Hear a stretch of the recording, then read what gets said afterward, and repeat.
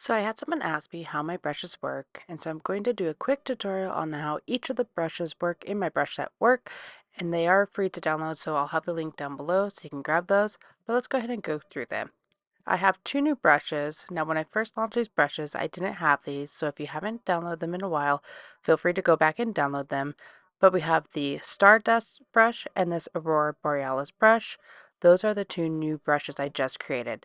I did use Stardust in one of my Halloween videos. That's the Moonlight Flight video, but I haven't used the Aurora Borealis yet, so I'm thinking of doing that one for a Christmas scene coming up because that is coming up. So I'm thinking of doing that for Christmas scene, but let me show you the star brush. First, I'm using a white color here. Using the Stardust brush, I'm going to very lightly go across the screen, which it is a pressure sensitive brush, so it's very minimal. When you press harder, it does make a stardust trail. So you can play around with this. I'll do a mixture of some of this in between.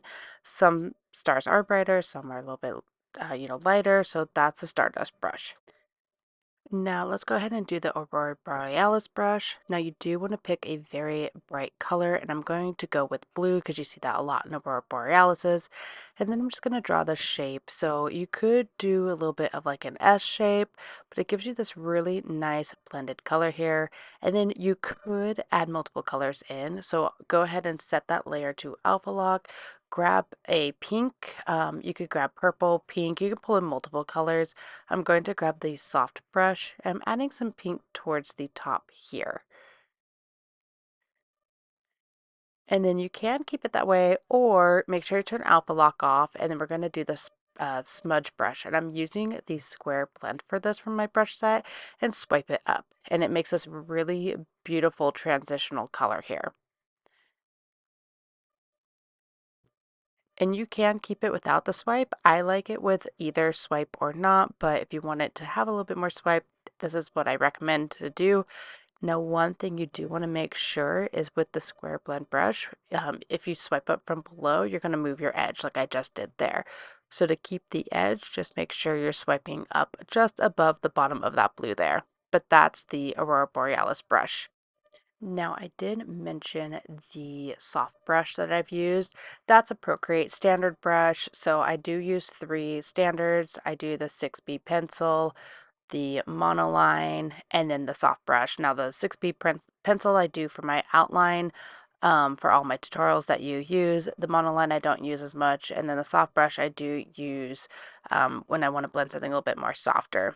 The other brushes I created, these are the first two I've ever created. There's the color smooth brush and then the color smooth 2. It's a pressure sensitive brush determined by size, so when you press harder, you get a little bit chunkier of a line. If you press lighter, you get thin lines. So that is what this brush does. The color smooth is similar, but it doesn't change size. So no matter how light or hard you press, it's not pressure sensitive. It's all the same shape or same size. So it is nice because it's very flowy. They're both very flowy. I have used this for some of my artwork in the past, but I haven't used this for any of the tutorials yet.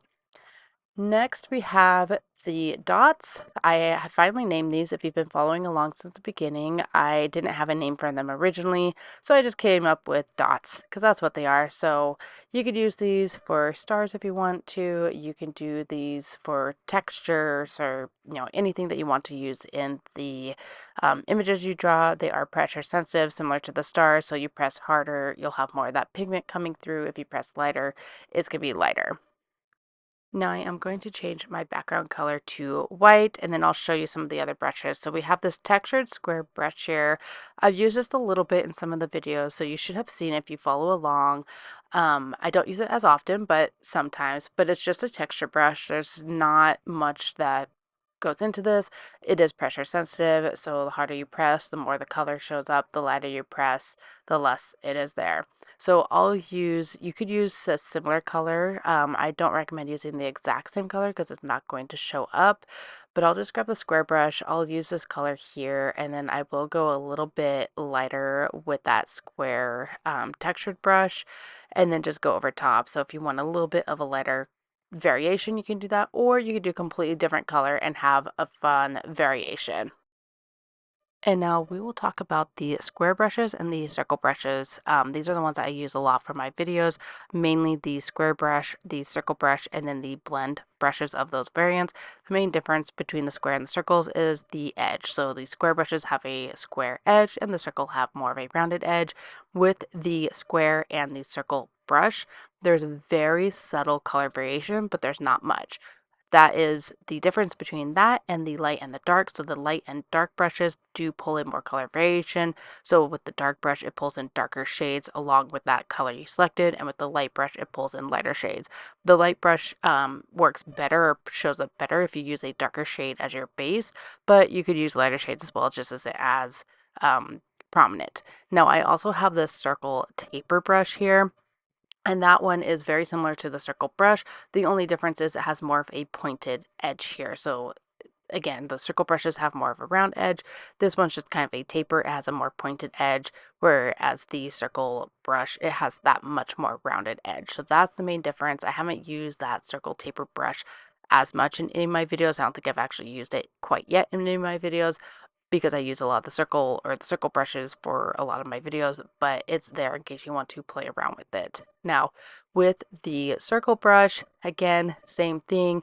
That is going to have very slight variation across the colors. So I'll pull in a different color. We'll do red here.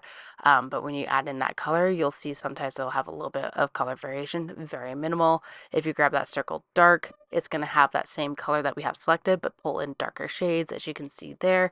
And then the same thing with that circle light brush. It's going to use that shade that you have selected, but then also pull in lighter shades as well. And again, it does look better when you pull in darker colors. You'll see that distinction much better with darker colors there. So I'll just pull a darker color just so that you see that here. But there is a little bit of that color variation between the color we have selected and it pulling darker. Now, the blend brushes, a couple different ways you can use these. I'll show you the way here. Since we have two different colors on the screen, I'm going to blend the green and this red color together with that circle blend brush. So just pick one of those colors. I'm going to start with the red, and it is pressure sensitive, so you can start with very light presses. You can turn the opacity down on that layer, but we're just going to start blending over to the left. Now you see that it is pulling in that red color over that green because it is still a brush, it's still pulling in that pigment, but because we're pressing lightly, it's not pulling up too much. So that is something you want to keep in mind on, or keep in mind of as you're doing this. But because it is pressure sensitive, because you're pressing lighter, you're getting these in between colors. So I'm pulling a lot of those in between colors, and I do this a lot in my videos, and I'm using those in between colors to blend out even further. So play around with the opacity here. Sometimes I'll set the opacity to 50%, sometimes I'll have it at 100%. And those are kind of the two main areas that I use, but you'll see when you swipe across, if you press harder, it pulls a lot of that pigment in across the, like if you're using that green on that red, the harder you press, the more that pigment comes in. The lighter you press, the more it's going to blend better with that color underneath. And then again, just pull in those colors in between.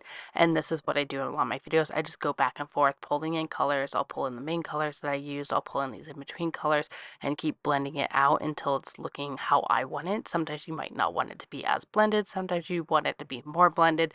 But I'll just keep going back and forth until it's blended how I want it to look. And the square brush is going to act very similarly. It's just a different shape brush. So I'll do it on the darker colors here. I'm just grabbing that square blend brush. I'm going to start with the darker green this time so you can see what that looks like. And I'm going to blend it over to the right. So again, play around with the opacity. You could do 100%, you could do 50%. I'll show you kind of what that looks like here. But you're just going to start very lightly. You can start lighter and press harder blending if you want, or start harder and blend lighter. Whatever the technique you want to use, just play around with this. Pick two colors, very contrasting colors, put them down on the page and try to blend those two colors together like I'm doing here with those either square blend brush or circle blend brush. Now you don't have to have both colors down on the screen to blend. I'll show you what I mean here. So grab that square brush, place one of the colors down. So I'm going to do that dark red color, and then we're going to grab a lighter color, different color. Maybe we'll do more of a greenish color, make it a little bit brighter, and I'm grabbing the square blend brush. Now, because it is pressure sensitive, when you press down hard, you're going to have a lot of that pigment, whereas if you press light, you're not.